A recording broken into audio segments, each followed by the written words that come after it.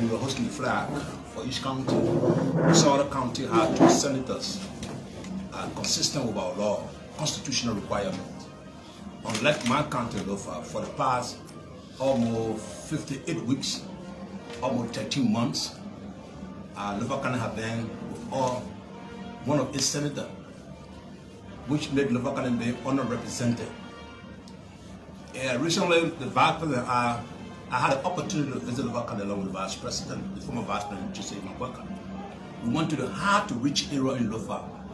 We went to Kamantau, we went to Kula, we went to Vaum, we went to Foyakama, we went to Wam. Those are hard-to-reach area. We're Tengea, hard-to-reach area around Koli. To the area that you don't never, it's not like Zozo, Salaye, and Bonjama. So the feeling of our people resonated with us. The thing is, they say, well, what's happening to Lofa County?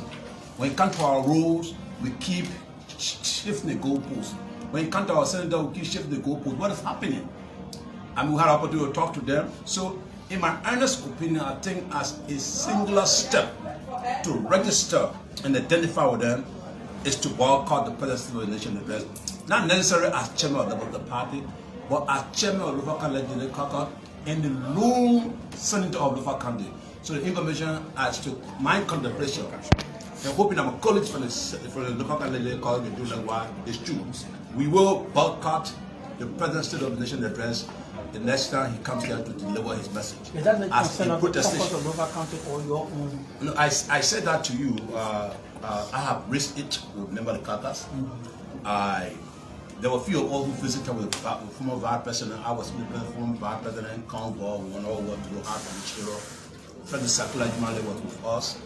At some point in time, Clarence Kotu Molo Massacre was with us. I have resolved, as a result of those engagements, to boycott, so that people of Lofa County can know that I have done my best. We spoke about this, we raised the issue, but at times, if our people don't see us taking some practical steps, they will feel that there's complacency in the thing here. And I want to know that I'm not complacent, I'm not working in the government, I'm against what government has done and continue to do in Lofa County. We're saying call a spade, nip the thing in the bud, make a determination. The vote has been created too long. Too long. You can't do that to other counties. Not because we're so humble, we show humility. Are you holding the president responsible for this government? I hold this government responsible. On what basis, sir? This is a unitary sovereign state with 2 branches of government. Before we had an election, the judicial branch said, which were fair enough, that they're going to fast track electoral dispute issues. That is the common practice in ECOWAS. I was just in Ghana, in Winneba. I met with the Ghanaian Justice Minister. I met with the election commissioner there. What they do, they usually come up with a roadmap. They put a halt to everything else and sort election-related issues. Because election-related issues are always conflicted, or most times conflicted. Why you want to leave a country Lofa issue hanging for almost 13 months, for almost 55 weeks? That is just unfair. They take it for a ride. You saw what transpired at between Lofa and Bon County, at the bridge. That is the result of the people. That happened with all our acquiescence. They're becoming impatient. Somebody become the feel that some of us, if not all of us, are involved and we're in the complacency. So our step is to tell them, look, we're not. And I understand the frustration. And like I said, those are hard to reach areas in Lofa County. You don't even have to go there with a car. Somebody who had to go there through there with murdered by another thing and do some walking. The engagement speaks volume that our people are not happy the way Lofa County is treated. All right, so let me ask this question. You resume your 5th session today. What do you envision as you come back to Capital for the 5th session? I can't be boss to do the work as I'm noted for doing. You know, I chair the Committee on Defense. All of you, I want to interpreters talking to me, give me my flowers. I don't back up when it comes to my oversight responsibility on the Committee on Defense, Security, and Intelligence. I'm glad today, as we speak, recruitment are ongoing so that we could be able to meet the benchmark. When the government does right, I see it. But my robustness will also speak toward the issue of our 2nd senator. Like I said, I think it's been there too long, people. 13 months, 55 weeks. We got a group of people not being represented. And not just ordinary group. Lofa is a museum of Liberia. Before the Taylor administration, we had 8 of the 16 tribes. I mean, half of the tribe in Lofa. If that group of people want to undermine, treat them, let's say, treat them with disdain, with indifference. But They better be careful. But Mr. Senator, the president went to Lofa County. You spoke to him. If I not spoken to him, if I not spoken to him, I didn't speak to the But president. property the state of the nation address, will it solve anything? In my mind, that is a singular step to register my dissatisfaction. We reflect the aspiration of the people of Lofa County. Yes, indeed, we'll do it. 1 year to the 2023 elections, security-wise, where does that really stand? After I have told you that we have had security vacuum, the void have been created, but we're trying to. The fact that there are recruitment ongoing in the security sector reform, that's recruitment within the paramilitary is welcoming. Let's just hope that we encourage females to do likewise. The requirements are laid out that women should come in their numbers. I think we should discriminate. We should love all Liberians so they'll be able to reach the 5,000 plus and minus benchmark. Zargo, I want to take you back to the Liberty Party.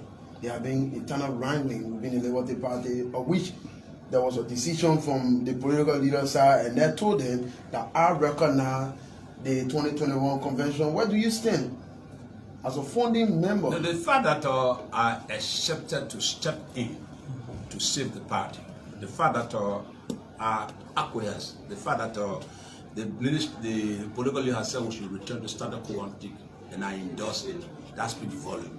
That's my position. Look, if you really want to follow the Liberty Party, you know the sacrifices are made.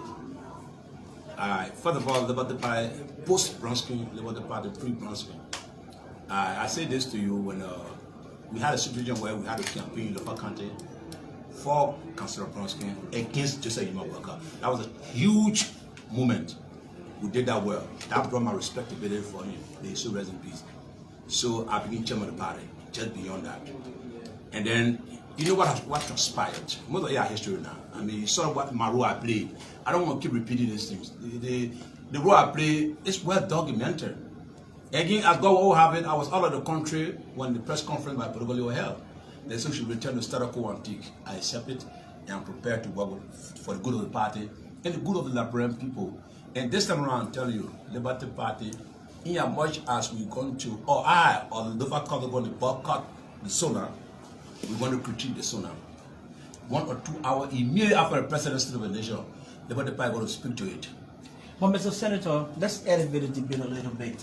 1 year to the election, there is no sound of unity within the CPP. Your standard bearer, ANC standard bearer, Alexander Cummings, opposition leaders should be together to pressure the government. But here we are, a member of your party has taken another standard bearer to court. There is no sound of unity. A member of my party? Of your collaboration, the CPP. Yeah, in as much we got a collaboration, there's not a merger yet. Each constituent party has the right to do what they want to do. Howbeit, we've agreed to work together. And let me tell you how that is thinking all about. I don't even got the time.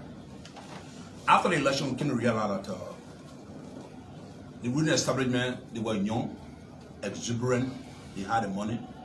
The brother society, we're not sophisticated. The brother society, non-profit. So the likelihood of the ruling establishment to manipulate is hard. So we came to that realization that we need to merge together. We need to collaborate. So the issue whether we call it APP or CPP, that we keep it CPP. Most of it to our history. But I say this to you. You think the ruling establishment, or two before then, sitting phone the hand, putting the legs, what you see happening in the CPP today is calculated. It's a conspiracy. This is what they want. But I say this to you now. It's time that good people, there are many good people and bad bad people. Do it for our hand, let the bad people to win. Aren't you seeing the light at the end of the tunnel? Aren't you seeing it yourself? You don't know what's happening in Liberia? Everyone know who behind the curtain. I don't know. I said that several times before. I told you there were people behind the curtain manipulating. They don't want to see the CPP survive. And I said this to you, the CPP will survive. All the spirit intent of it will survive. And that you're going to see. I need not tell you that. Let me just take you back to history without a time. Neighboring Guinea. When you have Abner Secretary as president, you have Lassana Biavogi as vice president. Yeah? They work well. In Ghana, you know what happened between Jerry Rawlings and the vice president. In Sierra Leone next door, you know what happened to Ernest Bakroma and the vice president. In Liberia, one man, Joseph Imabwaka, worked 12 good years with Ellen Johnson Sirleaf. Did you see how they work together, the harmony? My people, they pay back for someone who worked 12 good years. Most presidents, having worked with the vice president in that form and manner and shape, we always support them. The issue of JMB is a different ballgame. And then manage that from everywhere we have gone as CPP, the survey, the interview, the reception, it's overwhelming when you hear JMB. It's overwhelming. And I have made my position clear long since, while our chair of the Water Party, long since before then. So mine is not to hold back. So those who are part of the ruling establishment are not going to fold their hand and tuck it between their legs. Because no one CPP survive, they becoming one-time leaders in this country. It's just like day following night. So what's stopping you from surviving? What's stopping the CPP from surviving? Oh, the CPP is going to survive. The CPP is going to survive, or the spirit and intent of the majority are going to survive. That architecture going to remain in. Those of us who are the good people, working for the good of our country, will ensure that the CPP survive and the spirit and intent of it live on, so that 2023 we can be able to make CDC a one-term leader. If it doesn't continue, will you advise the individual political parties to go their separate way in 2023? That would defeat the spirit and intent of our coming together. Thank you. Senator Zargo, your initial reference of yourself, the Senator of Lofa County.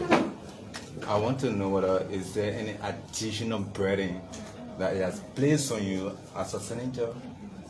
When you run the race, we're two points to be run the race, so that when you're on the track, and then we give the touch to the other person on the track for them to continue the race. And then when you reach with the touch in your hand, the next one I should take it on isn't there, and you got to continue. Isn't that a burden? Indeed, it's a burden. I didn't call myself a lone senator. Man, being a lone senator is evidence. As they follow that, we all have seen that each county should have 2 senators. That is constitutional requirement. Lofa County is an exception for a reason best known to those who are the brain behind it. Thank you. Thank you very much. Thank you. Thank you. That's the voice of the lone senator of Lofa County. So folks, I'm J.H Zargo on this live broadcast.